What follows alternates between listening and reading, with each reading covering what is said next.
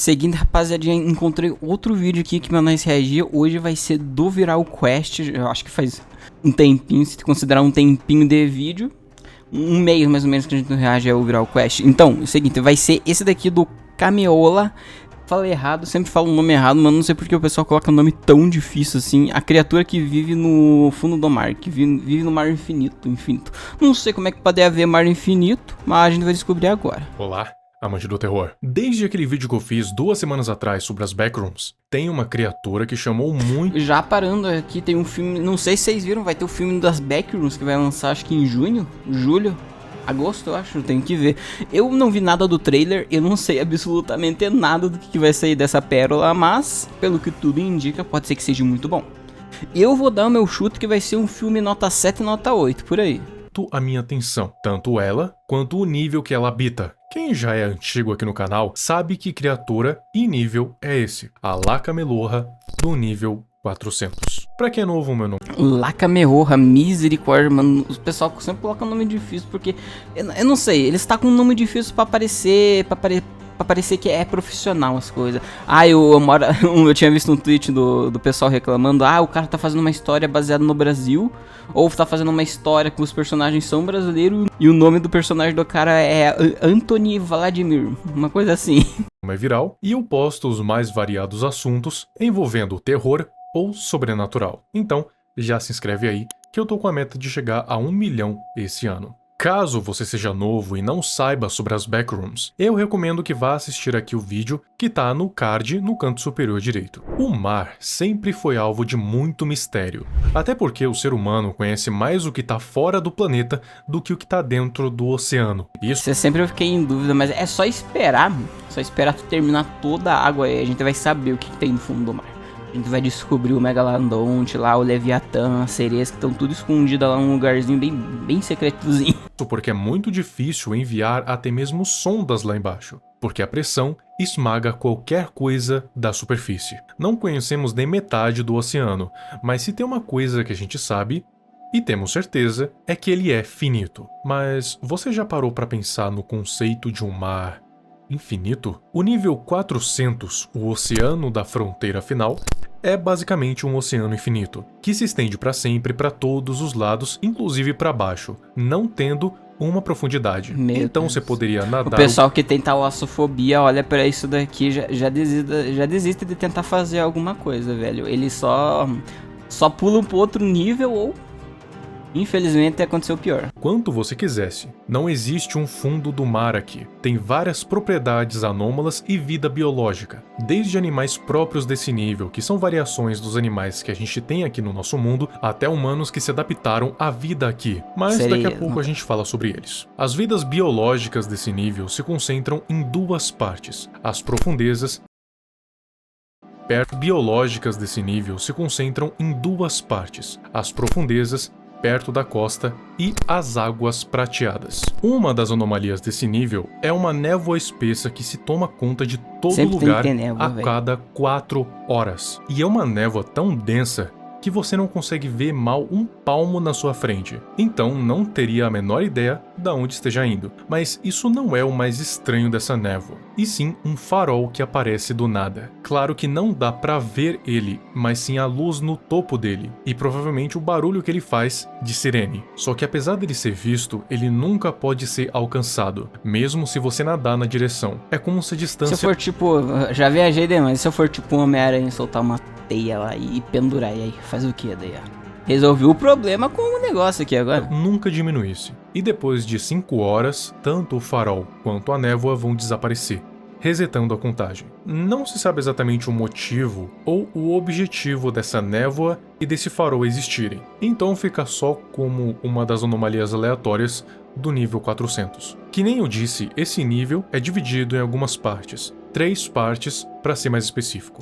Acho incrível também, acho que eu já devo ter falado em alguma coisa do Backrooms que eu fiz react, é que o pessoal, eles criaram um SCP-2, basicamente, com esses negócios de níveis, cada um detalhando um pouquinho como é que funciona cada nível. Isso daí, eu querendo não, eu acho da hora o pessoal fazer. É o novo SCP do pessoal que tá brincando com isso daí. E provavelmente daqui uns 20 anos vai ter algo parecido com as Backrooms normais e uma secreta. secreta porque pouquíssimas pessoas já conseguiram acessar. Parte 1.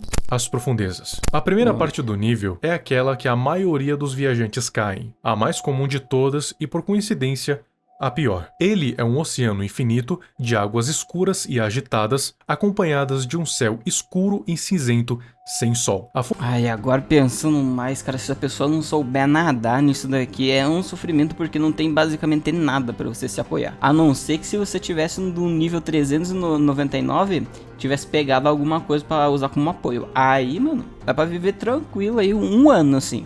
Pelo menos ficar com sede você não vai ficar. A fonte de luz que ilumina essa parte é desconhecida, já que nem eu disse, não tem sol visível. Talvez seja só uma luz anômala no céu. O clima é parecido com o de um oceano durante uma tempestade, então viajar pelas profundezas de bote é um tanto quanto arriscado, mas é melhor que a nado. Falando em nado, nunca se deve nadar nessas águas, porque as profundezas têm um efeito de dreno de sanidade constante, e isso piora muito se o viajante nadar. Se ele ficar por tempo suficiente nesse nível, é capaz dele se transformar num Wretch, que é tipo um zumbi sem cérebro que ataca tudo que se mexe. É tipo um afogado do Minecraft. Basicamente você vira um afogado do Minecraft. Troca da humanidade, eles ganham força e velocidade sobre-humana, sendo capazes de atravessar paredes de concreto. As profundezas, além de serem a pior parte do nível 400, são a maior de todas. E com maior, eu quero dizer de tempo, porque o espaço em si é infinito. O negócio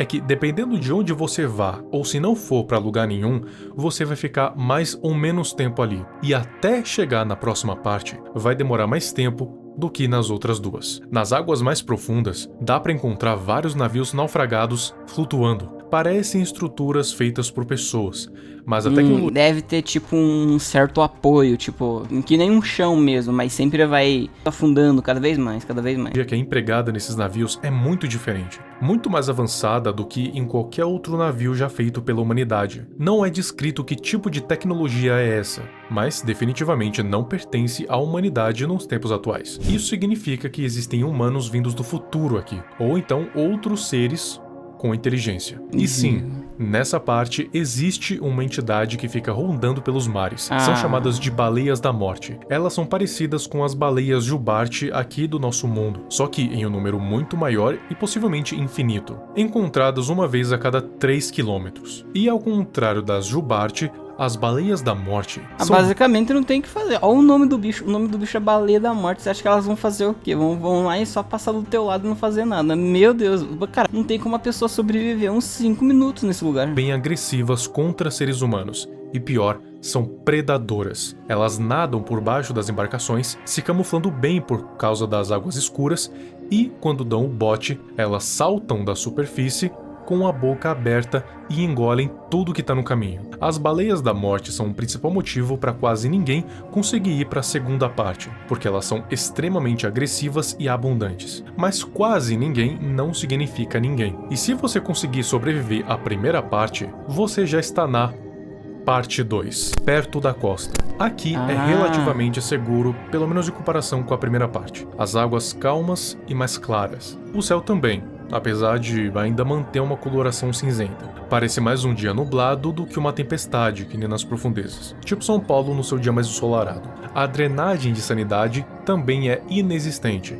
Então dá... Meu Deus, tem tipo muito... Como é que fala? Tem muito detalhezinho que quem não sabe da lore básica do Backrooms deve estar perdido. Nível de insanidade deve ser um negócio que se tu perder a sanidade toda, tu fica louco. É basicamente isso que é sanidade. Para navegar aqui tranquilo e até nadar se quiser. Algumas formações rochosas podem ser vistas no horizonte, assim como algumas ilhas. Inclusive, em algumas delas tem grupos formados por outros viajantes. Ironicamente, a Meg, que é o governo das Backrooms, praticamente, não tem um posto avançado aqui, apesar de explorar ativamente. O que é bem curioso. Não existem entidades aqui. O que existe é uma fauna bem diversificada de pássaros e répteis, tipo gaivotas com faixa rosa no bico, cegonhas comuns das front rooms, samridges, que são gaivotas marrons com manchas pretas, Baskins, que são falcões gigantes e marrons, Hoopers. Cara, que da hora, o pessoal criou até espécies em cada canto e que podem variar dependendo de onde elas estão, cara. Pássaros velozes, pequenos de barriga marrom e branca, backiguanas, cicluras com garras longas, peppers, são backiguanas rápidas e pequenas, e dragões de Komodo grandes de cabeça disforme. Se existem mais espécies, até então é desconhecido. E aí a gente chega na parte mais interessante do nível 400, a parte secreta, Águas Prateadas. Essa é a seção mais rara desse nível. Pouquíssimos viajantes conseguiram chegar aqui com sucesso, porque as formas de entrar aqui são meio ambíguas e dependem bastante de sorte. Como o nome diz, as águas dessa parte do oceano têm cor de prata. O céu é de um branco puro mas tão brilhante que olhar muito tempo pode cansar a vista. É como olhar para uma versão mais fraca do Sol, só que ao invés de um ponto só, tá no céu todo. Os exploradores fizeram uma pesquisa nessa água e analisaram algumas amostras, chegando na conclusão que, na verdade, isso que tá no oceano... É mercúrio, mano. É mercúrio ou é aquele metal que endurece se tiver frio? Não é água. É mercúrio. É prata líquida. Só que o estranho é que ela Imagina não tá nada. quente nem fria, tá numa temperatura ambiente. É estranho, porque para derreter prata, você precisa aquecer ela em quase 1000 graus Celsius, mais precisamente 962 graus. Então, o jeito que essa prata derretida em temperatura ambiente existe é uma anomalia por si só, mais um efeito das backrooms. Também dizem os rumores que nessa parte você poderia encontrar golfinhos prateados nadando por aí pelas águas de prata, mas tanto esses golfinhos quanto o acesso para essa parte nunca foram confirmados. As únicas coisas confirmadas são a existência dele e uma outra criatura que habita aqui, essa não sendo tão dócil com os seres humanos quanto...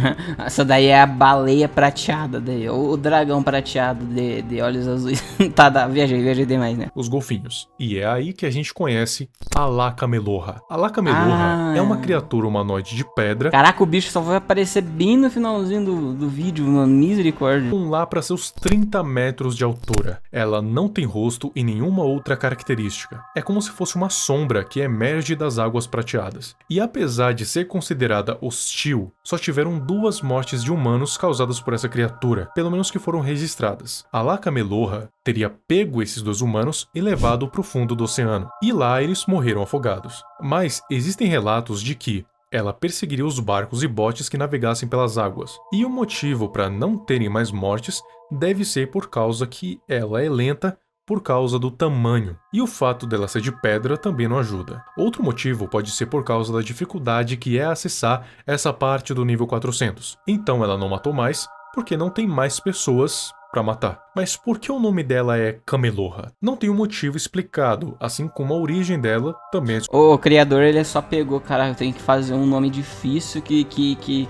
cause medo, assim, no pessoal. Vou colocar qualquer palavra no teclado e vai ser isso daí. Desconhecida. Mas ela foi nomeada assim pelos Nokenoke. Os Nokenoke são um dos grupos que existem aqui nesse nível. Estão mais para uma tribo do que para um grupo de exploração. Eles são humanos que se adaptaram a esse nível e ficam perto da costa, em uma das ilhas infinitas que tem por lá. A ilha é tão grande que suporta 50 povos tribais, Caraca, com uma economia estável e uma sociedade de caçadores-coletores, que coletam suprimentos para os povos. E se o espaço é infinito, os suprimentos também são.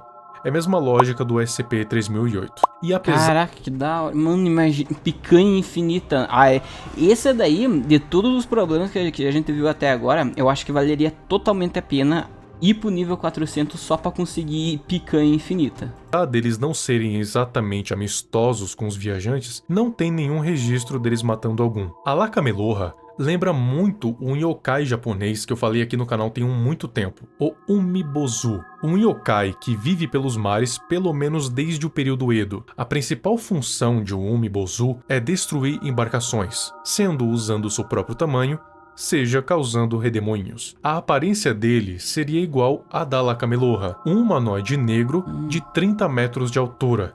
Só que a diferença é que os Umibozu teriam peles reluzentes e não seriam de pedra. O rosto depende de qual região a lenda é contada. Em algumas, o Umibozu tem um par de olhos e mais nada. Em outras, ele teria só a boca. Mas existem sim versões do Umibozu que não tem rosto, assim como a Lakameloha. Essa lenda teria se espalhado para alertar os marinheiros e pescadores a não navegar sozinhos pela noite. Até porque naquela época tinha uma lei que impedia isso por ser considerado muito perigoso. Mas o Umibozu seria só uma lenda, enquanto a Lakameloha, no universo das Backrooms, ela existiria e afundaria qualquer embarcação que encontrasse, assim como acontece no jogo Apeirofobia. No Apeirofobia, o nível 4... Ainda tem que jogar nesse daí, velho. Tem um outro que é de outra empresa, que eu não me lembro. Eu acho que é Chinchilla, alguma coisa assim que o pessoal fala. Nesse jogo a gente é pescador, a gente pesca os peixes, é claro, né? E tem tipo, acontece um monte de coisa bizarra. Às vezes aparece até, emerge assim, uma cabeça enorme com um corpo de tipo de peixe, eu acho, ou com um corpo bem alongado pra tentar matar a gente do nada. Eu ainda tem que ver de jogar esse daí é bem interessante. 400 é o 15. E aqui existem duas versões desse nível, o bicho. A antiga e a nova. Na antiga, ele se passava durante o dia,